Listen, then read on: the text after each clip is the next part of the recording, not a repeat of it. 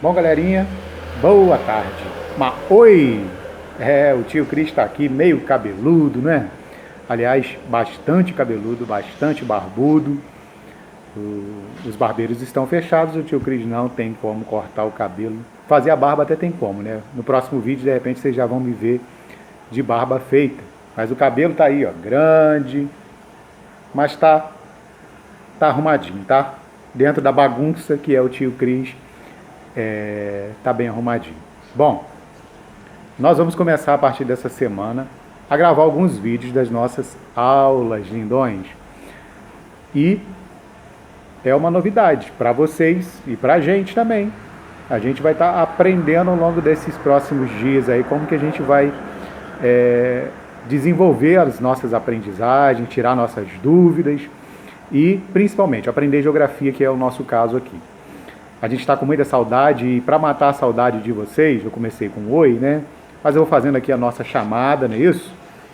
E aí depois vocês coloquem lá um joinha de que já assistiram o vídeo. A gente vai tentar fazer um vídeo bem curtinho, talvez no máximo aí uns 10 minutos. A gente vai explicar o que vocês vão fazer ao longo do vídeo. Vai ser utilizado, obviamente, o livro. Aí eu quero mostrar para vocês, ó. Vai aparecer invertido aí, né? O bilhetinho tá guardado aqui, tá, Alice? O bilhetinho, 7º ano, tá guardado aqui. O vídeo é só nosso, não é isso? Mas a chamada: Alice Serbino, Alice Meirelles, Aquiles, Bernardo. Aquiles e Bernardo, para de conversar. Clara, preste atenção na aula.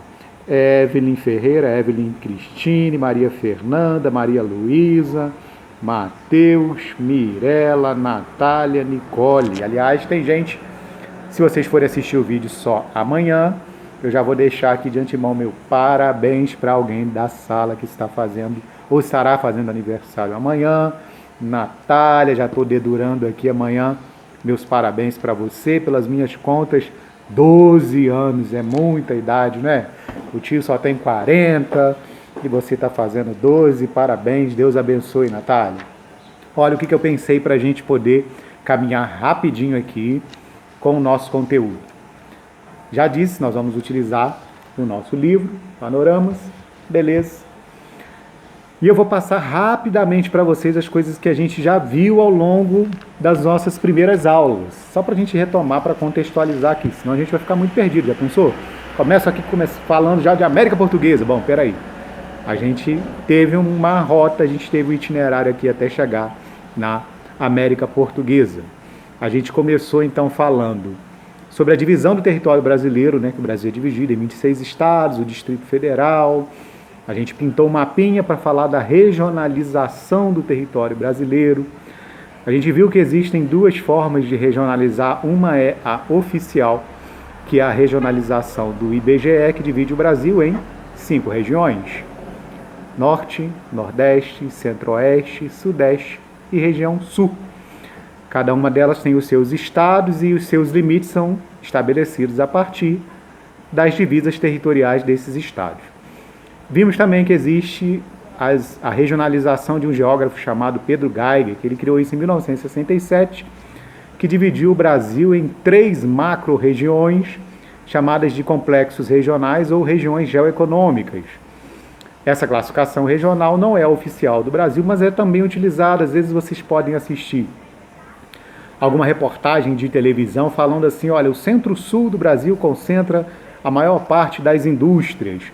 Quando a gente utiliza essa expressão centro-sul, está sendo utilizado uma classificação regional geoeconômica do Pedro Geiger, que dividiu o Brasil em centro-sul, região amazônica e região nordeste. Essas 3 regiões não são definidas a partir de limites territoriais, mas sim a partir de características econômicas semelhantes. Só para dar um exemplo rápido, Minas Gerais, por exemplo, fica na região sudeste, na classificação do IBGE, na classificação do Pedro Geiger no centro-sul, mas o norte de Minas Gerais já fica na classificação geoeconômica na região nordeste. Depois disso, a gente começou a ver a organização política do Brasil, que o Brasil é uma república federativa, ou seja, é organizada em estados, tem 3 poderes: o executivo, o legislativo e o judiciário. Vimos que o executivo, à frente do executivo ficam o presidente, o governador, o prefeito. À frente do legislativo ficam os senadores, deputados federais, estaduais e os vereadores. E à frente do Legislativo, os ministros do Supremo, os juízes, os tribunais regionais e por aí se vai. Depois disso, a gente viu o Brasil inserido enquanto a sua extensão territorial no mundo e no continente americano, né? O Brasil, a gente viu o 5º país do mundo em extensão territorial, primeiro a Rússia, depois o Canadá, depois os Estados Unidos, depois a China e depois, em 5º lugar, o Brasil. É imenso, fazemos fronteira com 11 países da América do Sul, porque estamos inseridos nessa porção do continente. Só não fazemos fronteira com Chile e Equador, a gente vive isso em sala de aula. Na característica cultural, porque a América é também subdividida, tanto pelas suas características físicas, em Américas do Norte, Central e do Sul, mas também na América, no sentido cultural, em América anglo-saxônica, América Latina. O Brasil está inserido na América Latina porque foi colonizado por portugueses, bem como praticamente toda a América do Sul e Central, colonizada por portugueses e espanhóis, povos latinos, por isso América Latina. Vimos que dois conceitos importantes, os conceitos de limite e fronteira, que ficou até um pouquinho meio, a gente deu uma derrapada, né, na hora de fazer um exercício, porque o limite é exatamente aquela linha que demarca a distância entre um país e outro, entre um estado e outro, entre um município e outro. Dei até um exemplo que ali no trevo em que vai para Cordeiro, Cantagallo e Macuco, nós temos um marco, que é uma pedra branca, que delimita, esse seria o limite entre os municípios de Cordeiro, Cantagallo e Macuco.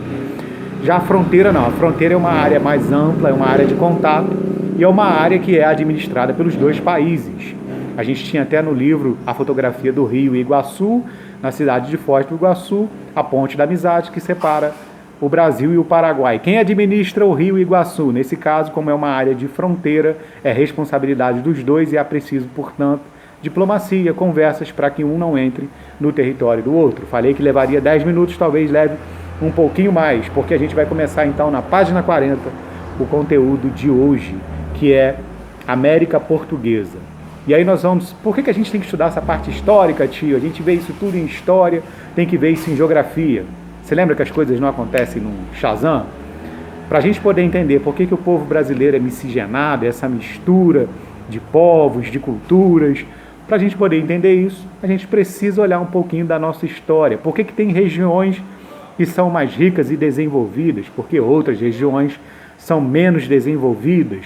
A gente precisa conhecer um pouquinho da nossa história, não que seja esse o nosso foco, mas para saber por que as coisas estão assim no dia de hoje.